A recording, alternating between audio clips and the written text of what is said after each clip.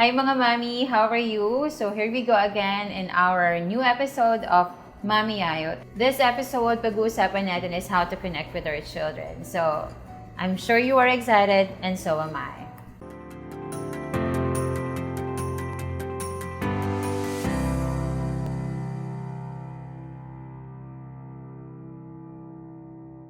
Mga mami, surely lahat tayo nagtatanong, paano nga ba tayo makakonekta sa mga bata? Because sometimes, it's very hard for us. We're so busy, we have so many things in mind, we have so many responsibility. And sometimes, ang gusto na lang natin is yung orderliness sa bahay natin. Ang gusto natin, pwede bang ganito na lang yung gawin nyo? And we are actually telling our children on what they should do or how they will do it. That is what we call the spoon feeding, no?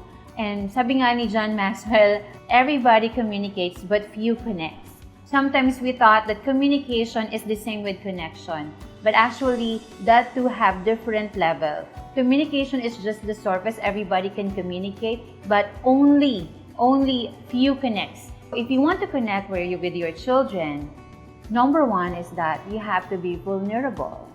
Ano ba yung ibig sabihin ng vulnerable? Pwede nating ipakita sa ating mga anak yung kahinaan, yung weaknesses natin, that it's okay na being a parent, it's okay to commit mistakes.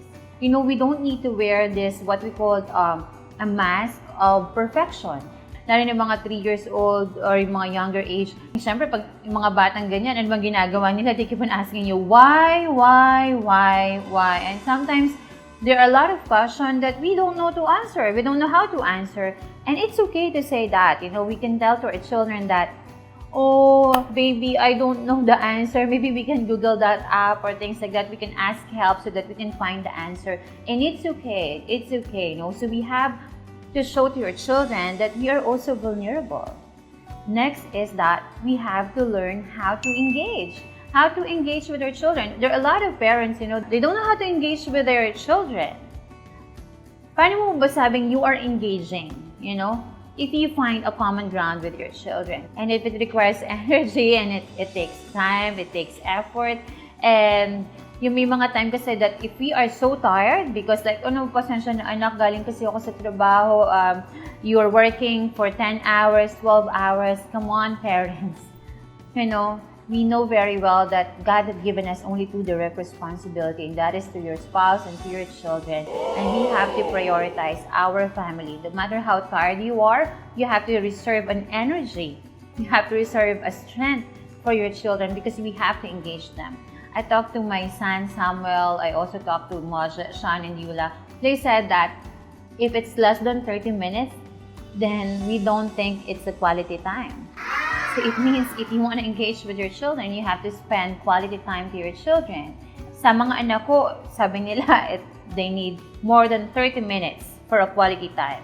But to your children, I don't know, but it means we need to spend more time with our children. Because if we know better, what is it again? We do better, right? That's what we should do in connecting with our children. First is that we have to tell them that we are vulnerable, or we have to let them feel that we are vulnerable. And secondly is that we cannot connect to our children without proper engagement. And number 3 is that we have to share to our children our experiences. There are times that we are afraid to share to our children because we want them to have a new set of minds of how you parent them. You don't want to tell them but I'm sure there are a lot also parents who share it. Like, alam mo ng mga bata kami, ganito, pasalamat nga kayo Diba? Magpasalamat nga kayo, hindi nyo na kailangan mag-igib. Ngayon may faucet na. Ngayon hindi nyo na kailangan ng ganito kasi may ganyan na. But during our time, we have to go to our library, we have to borrow books, we have to do this. Time, all you have to do is type it in your computer and there you go, you can find the answer. So sometimes we compare, but always remember, we all deserve a change in our life. Sometimes we only share the good experiences, but we are afraid of sharing the bad and the ugly. Right? So, mga parents, don't be afraid. Don't be afraid to show your dirty clothes, dirty laundry. It's okay to show it to your children so that they will know your weaknesses, and from that weaknesses, you can learn. In our family, our practice is that we always reflect on what went good, what went bad, and how can we do it differently. And through that, the whole family will actually learn from it. So, mga parents, If you want to connect with your children, sabi ko, first, you have to be vulnerable. Second, you have to engage. Thirdly is that you have to share your experience. And then actually, if you want to connect with your children and them not resenting you tomorrow, you have to avoid these 3 C's. Criticism, complaint, condemnation. There are times that tayong mga magulang, tayo pa yung numero unong bully. Paano ba tayo nang bubuli ng mga anak? Like, andyan na yung tamad mong anak. Ayan na naman yung lagi na lang tulog ng tulog, puyat, kain ng kain, diba, payat, diba, you know those kind of things. We say it to our children. So we don't criticize our children. We should not be naming them. Like yung tamad, si Simang, alam nyo, ewan ko kung naranasan nyo na bang matawag ng Simang kasi laging nakasimangot. Those kind of things. You know, we parents should be yung source ng encouragement sa ating mga anak. So ibig sabihin, we avoid that criticism. We should learn how to avoid that. Next is condemnation. Yan, lagi na lang kasi. Yung the word na lagi. Lagi na lang kasing ganyan.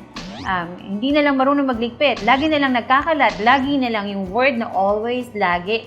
It should not be true to your children because hindi naman talaga palagi. When yung kasi palagi, araw-araw, minuto, yun yung ginagawa nila, diba? You have to avoid the use of the word lagi. Kahit sa mag-asawa, it can be applied, no? You have to be, lagi na lang kasi pag ganito yung sitwasyon, lagi na lang ganito, diba? So you have to avoid those words, no? And then pangatlo is that yung complaint. We don't complain to our children. Pagod na nga ako sa pagtatrabaho, pag-uwi ko pa ng bahay, ang dumi-dumi pa. Diba? So, we have to learn how to respond before we react. Yung maging maayos yung responses natin. Kasi alam nyo, pag nakapagbitaw na tayo ng mga salita sa mga anak natin, hindi mo na mababawi yun eh. So, we have to avoid those resentment. Kailangan nating i-share sa mga anak natin din to avoid criticism, to avoid condemnation, and to avoid complaints so that when they go outside, they will also see the beauty of life, you know, and how to live with it.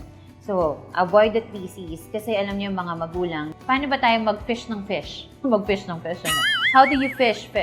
Diba? You don't give them what you want, but instead, you give them what they want. It means if your favorite is pizza, you don't feed the fish pizza because that's not what they want, right?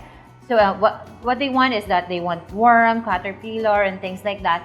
So you can fish the fish. So if you want to connect with your children and how you can win them is actually giving them what they want. And before that, it's a time that you share your influences to your children. So you have to avoid the 3 C's. You'll have to learn how to give what they want. And lastly, will be to lavish them with authentic and genuine praises. Pag sinabi mong maganda, maganda. Pag sinabi mong pangit, pangit. You have to give them lavish praises. You know, sabi nga nila, when you mine for gold, you remove tons of dirt before you see an ounce of gold. You don't mine for dirt, right? But you mine for gold. Same way in developing our children. It's a process, and we have to respect that process. So if you want to connect with your children, you have to tell them that you are vulnerable. You don't need to wear your mask of perfection. Secondly is that you have to learn how to engage. Engaging requires what again? Strength and energy. Thirdly is that you have to share your experience. Number 4 is that you have to avoid the 3 C's. The criticism, condemnation, and complaint. Lastly will be you have to lavish them with praises, authentic and genuine praises. So that's how it goes. So that's how you connect with your children. And if you apply this and learn something from it and you see that these steps are actually effective, then please comment and share your experience below. Because we are so happy and thankful to learn from you as you learn from us. So thank you again for watching Mommy Yayo, and I'm sure we'll be seeing you again with our next segment.